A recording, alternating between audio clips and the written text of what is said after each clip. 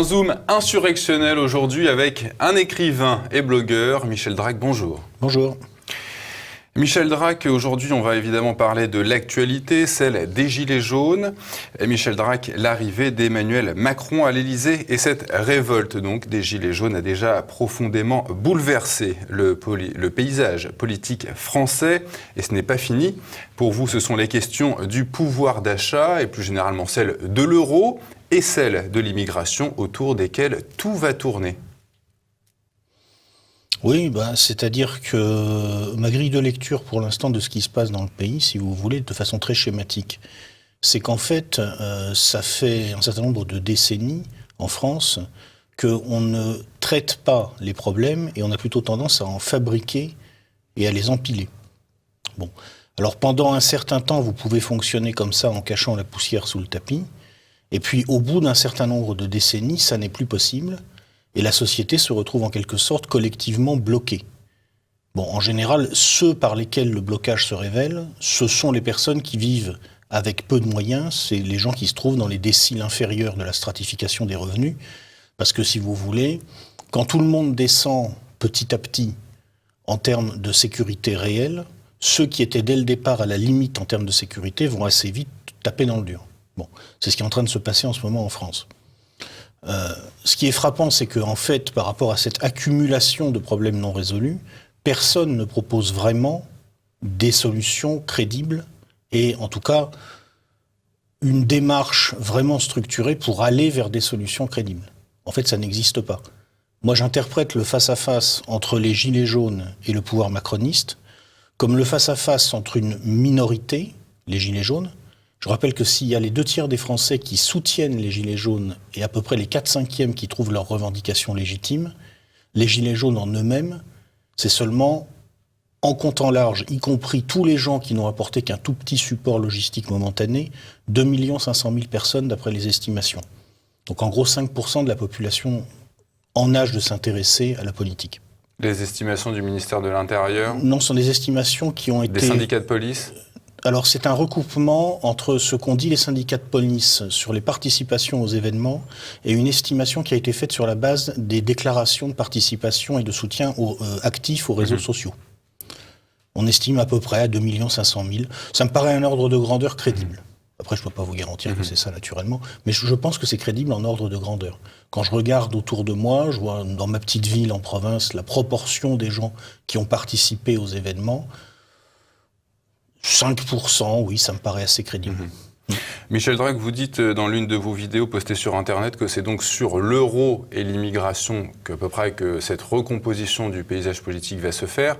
Aujourd'hui, il n'y a vraiment aucun parti qui est susceptible de traiter ces questions? Alors, ce qui se passe aujourd'hui dans le pays, si vous voulez, c'est que comme on ne veut pas aborder frontalement les problèmes, parce qu'on a atteint le point où le seul moyen de résoudre vraiment les problèmes, c'est de se faire mal, on se dissimule l'ampleur de la crise et on cherche en quelque sorte, inconsciemment bien sûr, collectivement à fuir dans le rêve. À mon avis, c'est ce qui a fabriqué le macronisme il y a un an et demi, que j'ai tendance à interpréter comme une sorte d'hallucination collective, on va dire plutôt des déciles supérieurs de la stratification des revenus. C'est-à-dire des gens qui ont rêvé qu'un type qui s'appelait Emmanuel Macron, parce qu'il était jeune, je ne sais pas pourquoi, mais le fait qu'il soit jeune, ça devait changer la donne, allait réussir à surmonter toutes les contradictions internes du système pour le faire perdurer. Évidemment, ça n'existe pas. Bon.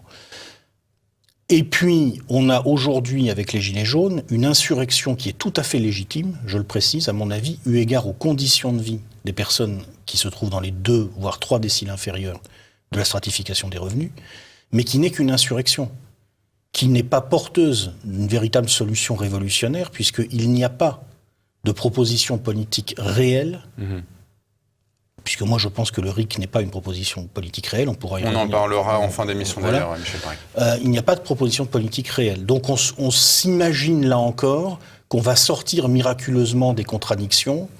Alors, là, on ne rêve pas qu'on va faire perdurer le système parce que Macron est jeune. On rêve qu'on va tout refonder miraculeusement parce qu'on aura le RIC. Dans les deux cas, en fait, on est dans le rêve. Et on est dans le rêve parce qu'on ne veut pas voir qu'à un certain moment, il va falloir trancher dans le vif. C'est-à-dire que quand la masse d'incohérence devient excessive, le seul moyen de rendre le système à nouveau pilotable, c'est pas de rajouter des éléments, c'est d'en soustraire. Et ça fait toujours beaucoup plus mal. C'est-à-dire qu'à un moment, vous dites, l'utopie du multiculturalisme, c'est fini. L'immigration, ça résoudra pas nos problèmes de structure démographique. Aïe, qu'est-ce qu'on fait? Ça fait mal. L'utopie de l'européisme, ça marche pas. On le voit que ça ne marche pas. L'euro, pour un certain nombre de raisons techniques qu'on n'a pas le temps d'expliquer ici, ne peut pas fonctionner tel qu'il a été conçu initialement. Donc il va falloir renoncer à quelque chose, ou à l'euro, ou à ce que nous espérions être compatible avec l'euro, c'est-à-dire le modèle social français. Le problème de l'euro, c'est pour vous le problème du pouvoir d'achat. Comment vous voulez avoir une zone économique unifiée, avec le même étalon monétaire pour tout le monde, mais pas de transfert budgétaire entre les entités constitutives et pas d'homogénéisation réelle des législations sociales? Les pays sont en concurrence les uns avec les autres dans la zone euro. Quand vous mettez en concurrence une société comme la société allemande, qui s'est organisée structurellement pour fonctionner avec un très haut niveau d'inégalité, même si, alors après on pourrait en discuter très longtemps parce que c'est très compliqué, même si en fait ça ne se voit pas toujours dans les chiffres, mais ce niveau d'inégalité existe vraiment. Et une société française qui ne s'est pas organisée de la même façon, sachant que dans un espace en concurrence libre et non faussée, naturellement, le capital va s'investir plutôt vers le centre et encore plus de préférence là où il peut jouer sur le travail soit le plus qualifié, soit le meilleur marché. Forcément, vous avez un des pôles qui fait imploser l'autre. C'est par la force des choses. Donc pourquoi aujourd'hui on a une France qui va mal économiquement? Il y a plein de raisons, mais la raison qui fait qu'on ne peut pas se remettre en marche à ce stade, c'est le fonctionnement de la zone euro. J'en suis absolument convaincu. C'est la raison principale. Peut-être pas la seule, c'est la raison principale. Et on ne veut pas le voir. C'est ce que vous appelez l'état de catatonie des Français, et même vous parlez de deuil. Écoutez, c'est les Français font le deuil de quoi exactement? Écoutez, c'est très simple. Quand on demande aux Français, est-ce que vous êtes prêts à assumer la sortie de la zone euro, ou l'explosion de la zone euro? Alors ça dépend des sondages, ça dépend de la façon dont la question est posée, mais apparemment, il n'y a que 30% des gens qui répondent oui. On veut sortir de la zone euro. 30%. 30%. Ouais. 30%. Donc c'est majoritairement, les Français sont attachés à l'euro. C'est ce qui semble, si j'en crois les sondages, mais en l'occurrence, j'ai un peu tendance à les croire, effectivement. Par contre, on a donc à peu près les 2/3 des Français qui soutiennent les Gilets jaunes et 80% qui estiment les revendications des Gilets jaunes légitimes. Or, la vérité, c'est qu'à l'intérieur de la zone euro, telle qu'elle est, telle qu'elle fonctionne, on ne peut pas répondre aux revendications des Gilets jaunes réellement. Ça n'est pas possible. Ce n'est possible que dans un cadre raisonnablement protectionniste et en bénéficiant de la souveraineté monétaire. Sinon, vous ne pouvez pas. Les Français font le deuil de l'espoir, c'est ça? Ils font le deuil de l'espoir insensé qu'ils avaient qu'ils pourraient garder les spécificités du modèle social français tout en s'intégrant dans une mondialisation libre-échangiste avec, en plus, un instrument monétaire piloté à l'allemande. Ils sont toujours pas sortis du rêve des 30 Glorieuses. Et ils rêvent en même temps des 30 Glorieuses et de l'euro. En fait, ils veulent le beurre et l'argent du beurre, si vous voulez. Alors, pas tous, parce qu'il y a quand même une partie de la population qui est cohérente. C'est-à-dire que les gens qui disent « moi, je veux l'euro et je veux aussi un alignement sur le modèle allemand de déflation compétitive », c'est-à-dire en gros les macronistes, en fait. C'est cohérent. On peut ne pas être d'accord avec eux. Moi, je ne suis pas d'accord avec eux. Je pense que leur projet est un mauvais projet. Mais je reconnais qu'il est cohérent. Ou alors on peut dire... Faire de la France une Allemagne. Oui, ça revient en gros à dire qu'il y a un nouveau land dans la République fédérale d'Allemagne qui s'appelle la France. Bon. Frankreich. Voilà. Bon, le gouvernement général, je ne sais pas comment on va l'appeler. Enfin, bon, on va pas rentrer là-dedans. Oui. Voilà. On va pas se faire des amis. Bon, voilà.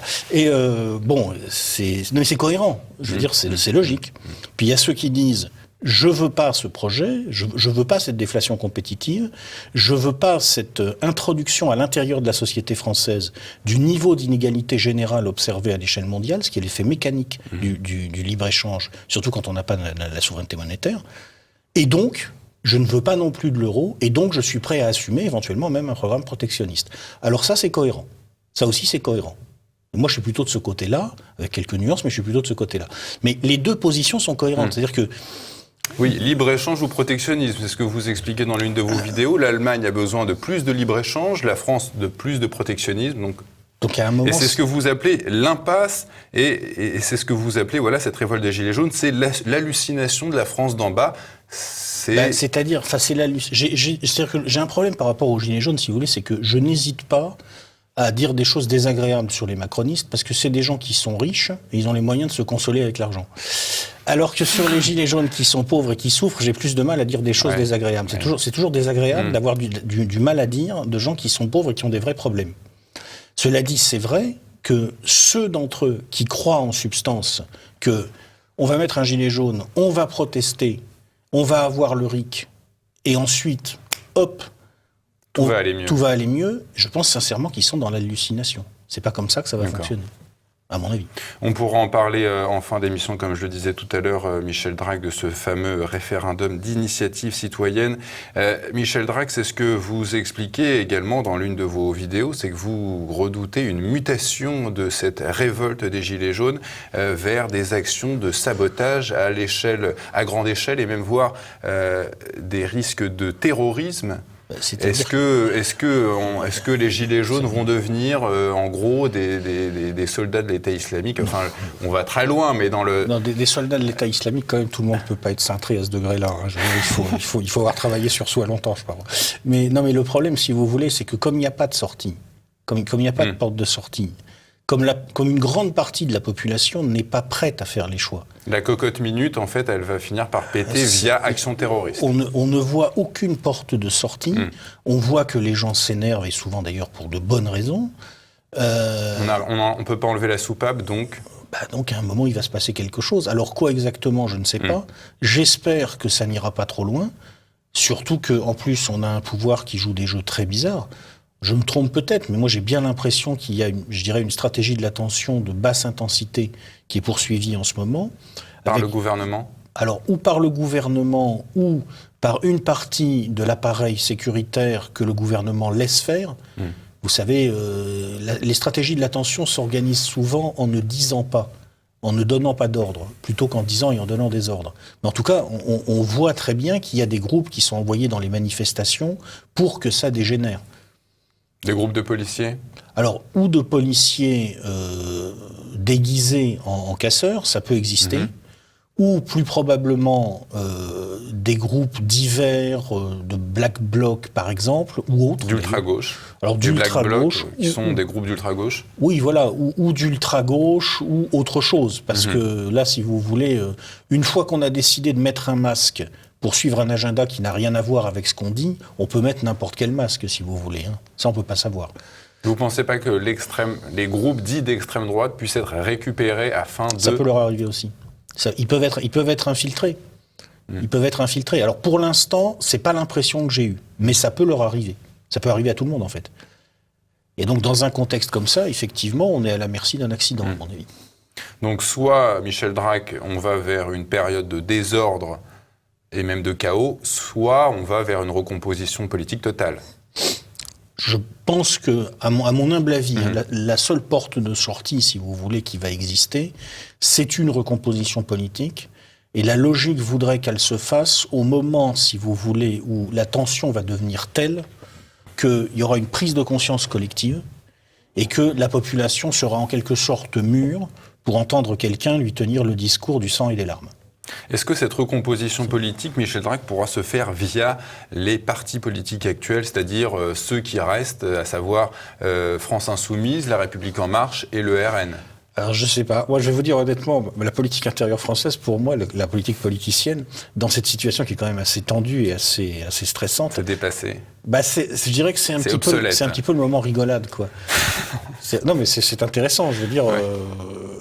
Le groupe, en particulier le groupe parlementaire La République En Marche, Je trouve ça extraordinaire, quoi. Je veux dire, c'est la première fois, à ma connaissance, qu'on a vraiment des questions à se poser sur le retard cognitif moyen au niveau du Parlement, quoi. Donc je ne sais pas quoi en dire, honnêtement. On va essayer de rester sérieux, Michel Drac. Est-ce qu'on peut s'attendre à voir ce mouvement des Gilets jaunes, on l'a vu un petit peu sortir des frontières? Est-ce qu'on peut le voir s'étendre à d'autres pays et même devenir plus global à l'échelle complètement internationale? Vous disiez dans une de vos vidéos, en Angleterre, éventuellement au Portugal, en Belgique. Pour l'instant, c'est pas ce qu'on voit, même s'il y a des petites imitations à gauche, à droite.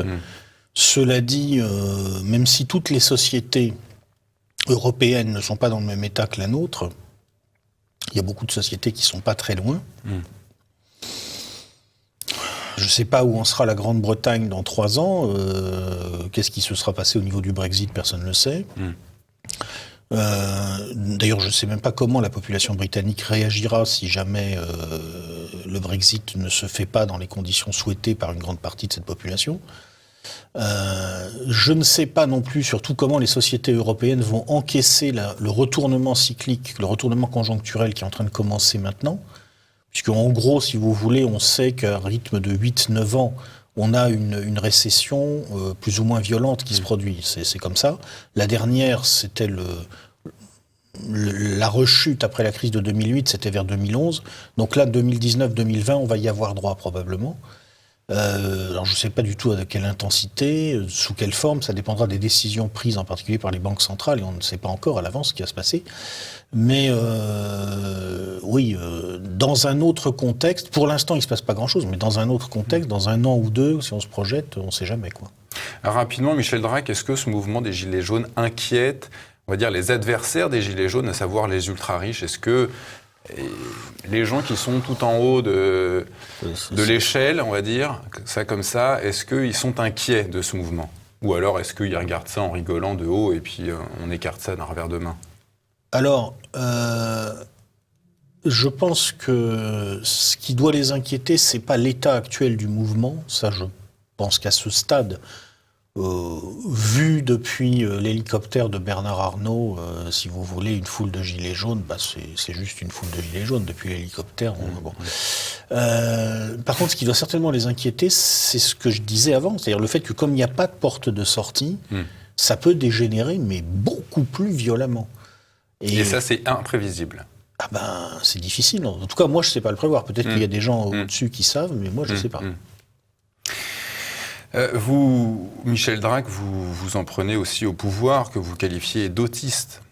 Cette population en état de choc, face à cette population en état de choc, vous pointez du doigt ces classes dirigeantes françaises, dites-vous, enfermées dans un système néolibéral européiste indépassable. Comment vous expliquez cet autisme, ce blocage des classes dirigeantes françaises? Alors, bon... Je le dis, ce mot autisme, avec tout le respect, évidemment, maintenant, on ne peut plus dire grand-chose, mais je veux dire, voilà, c'est un espèce de blocage intellectuel, on va dire. Bah, je pense qu'il y a une chose qu'il faut prendre en compte maintenant, qui est nouvelle. Bon, c'est parce que ça fait longtemps que les classes dirigeantes sont bloquées dans cette idéologie. Mais il y a quelque chose de nouveau qui se produit depuis quelques années et je trouve que ça n'a pas été suffisamment commenté et analysé. C'est tout simplement qu'on a un basculement générationnel qui est en train de se produire. C'est-à-dire qu'il faut voir qu'à l'époque où le président de la République française, c'était François Mitterrand, on avait quelqu'un qui avait vécu la Seconde Guerre mondiale, la Quatrième République, la guerre d'Algérie, le gaullisme, donc qui savait très bien qu'il y avait un monde à côté de cet univers néolibéral auquel il a ouvert la porte en 1983.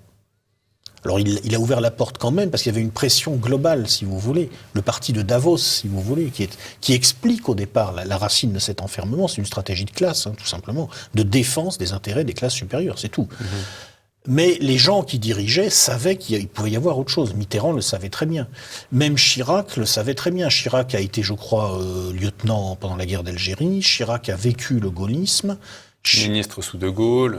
Au secrétaire d'État, je crois, peu importe. Ouais, bon, voilà. Oui. Voilà, donc il savait qu'il y avait un monde à l'extérieur de tout ça. Même encore, même si c'était déjà moins net, Sarkozy et Hollande, qui étaient des enfants du baby-boom, ils étaient intermédiaires entre les deux. Ils avaient quand même vécu leur enfance, leur adolescence et une partie de leur jeunesse dans un monde d'avant le tournant néolibéral.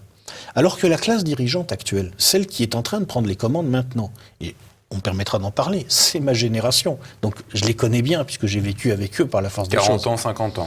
Les gens, voilà, les gens de la génération d'Édouard Philippe, qui est de 70, je crois, de Macron, qui est, je crois, de 77. Ouais. Ces gens-là, quoi, voilà. Leur particularité, c'est que eux, quand ils sont rentrés dans la vie active, en général, c'était après le tournant néolibéral. Et c'était aussi avant l'implosion de la bulle de la tech à la fin des années 90. Donc, le moment où le néolibéralisme a commencé... Était à son plus fort. Voilà, et a commencé ensuite à se défaire idéologiquement. Les années fric qu'on appelait 80, 90. Quoi. Voilà, c'est ça. Donc, on a toute une génération là qui a été modelée là-dedans, et toute une génération de dirigeants qui ne sait pas forcément qu'il y a quelque chose à l'extérieur de ce paradigme. Et aujourd'hui, vous en parlez, c'est cet aveu d'impuissance qui pousse le président de la République à organiser ce grand débat national. Est-ce qu'il organise ce grand débat national justement parce qu'il est complètement dépassé et qu'il essaye d'appeler à l'aide, ou est-ce que c'est une manipulation ? C'est les deux, je crois. C'est les deux. Moi, je crois qu'il y a une partie de manipulation qui est évidente. On va essayer d'embobiner les gens. On va essayer de jouer avec les gens, leur dire « Regardez, je m'occupe de vous, on vous entend, mais on ne vous écoute pas. » Macron, il fait du néo-management à l'échelle d'un pays. C'est-à-dire injonction contradictoire. Dites-moi ce que vous voulez, mais je ne changerai pas ma politique. Sarkozy le faisait déjà très bien. Sarkozy aussi déjà le faisait, effectivement. Ça c'est classique. Mais en même temps, je pense qu'il y a aussi une véritable dimension quand même de recherche d'une reprise de contact. Parce que je pense qu'il y a quand même pas vraiment encore une prise de conscience de la gravité du problème, mais le constat que... Là, il va peut-être falloir changer quelque chose quand même. Pourquoi les Français, Michel Drac, n'ont-ils pas vu avant en tout cas avant qu'Emmanuel Macron soit élu, ce changement générationnel? Pourquoi ne se sont-ils pas rendus compte que le monde changeait avec l'arrivée de cette nouvelle génération? Je crois que la réponse, c'est que, comme je vous disais, il y a eu une hallucination, en fait. Il y a eu une hallucination de la part... C'est irrationnel. C'est complètement irrationnel, je pense. Je pense que c'est irrationnel. Un psychiatre saurait l'expliquer, ce phénomène? Parce que est-ce que ça relève de la psychologie en général, des foules. En politique, on essaye de ne pas aller vers les explications psychiatriques parce que c'est toujours la porte de sortie facile pour ne pas considérer les données objectives. Mais quand on voit un pays où 30% des gens seulement sont prêts à remettre en cause le fonctionnement de la zone euro et où 80% des gens jugent légitimes des revendications qui ne sont pas susceptibles d'être satisfaites dans le cadre de la zone euro, ça veut dire que statistiquement, si vous voulez, il y a une personne sur deux qui est schizophrène, quoi. Donc voilà, je veux dire, après je suis pas psychiatre, je sais pas l'expliquer. Simplement, je prends la chose comme ça, je la vois. Les élites qui commencent à avoir peur du peuple...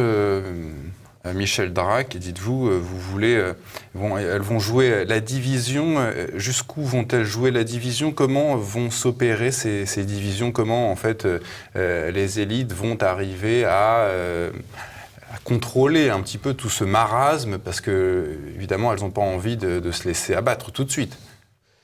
Même pas du tout. Alors, est-ce que, par exemple, ces listes de gilets jaunes, est-ce que vous pensez que c'est encore de l'infiltration, cette Madame Levavasseur, Monsieur Doyer? Oui, ça c'est. Je pense que la liste Levavasseur, c'est drôle parce qu'à mon avis, c'est Bernard Tapie. Je suis pas le seul à le dire d'ailleurs. Et c'est drôle, si vous voulez, à cause du côté comique de répétition, quoi.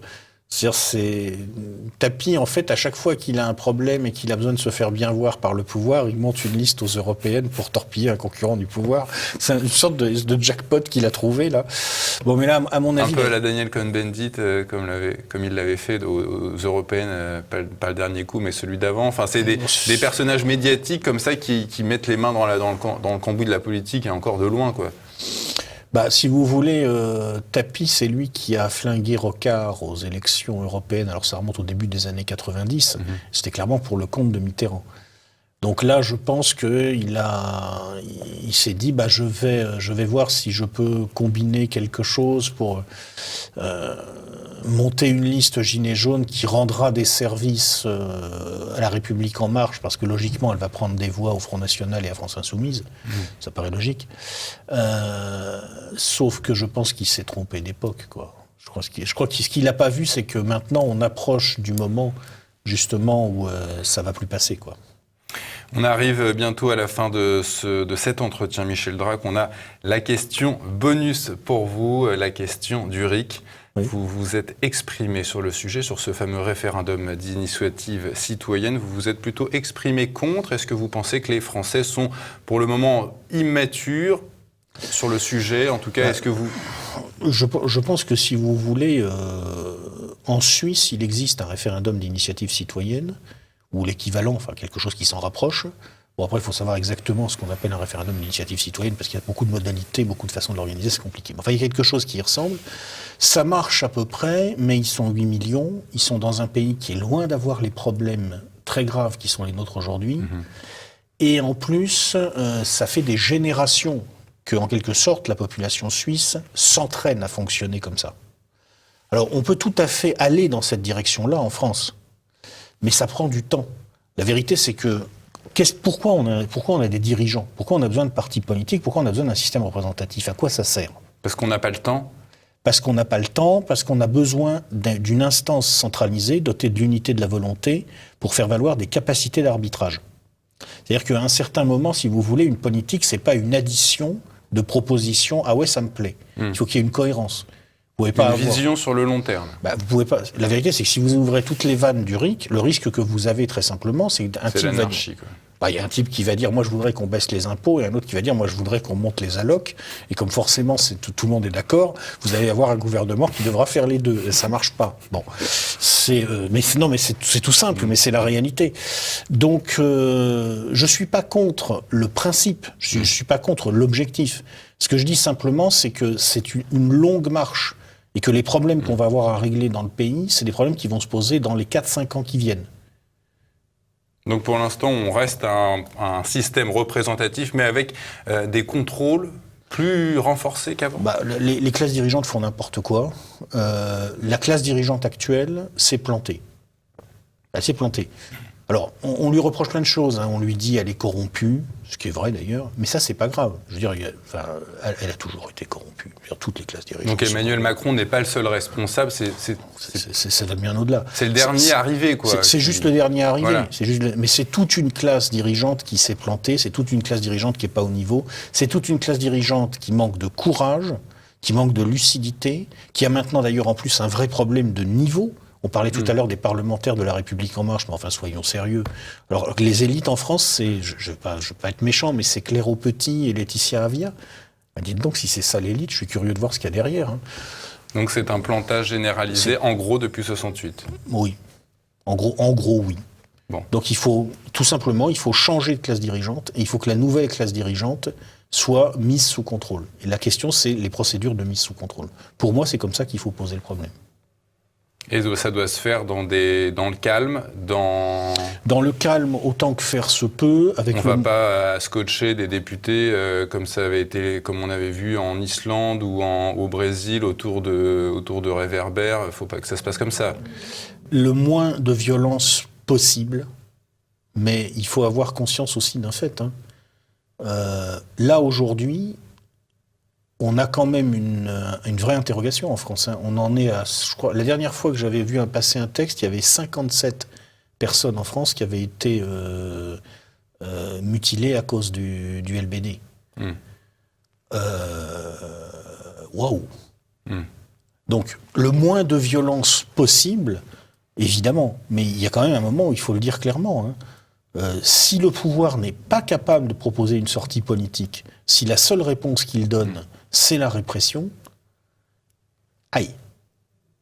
J'espère qu'on n'en arrivera jamais là, mais je ne souhaite surtout pas la violence, bien entendu, jamais. Mais il faut être lucide. On vous réinvite à l'épisode 5 ans des Gilets jaunes, Michel Drac. Ouais, probablement. Merci d'être venu sur le plateau de qui vous TV remercie. Liberté, Michel Drac, à bientôt. À bientôt.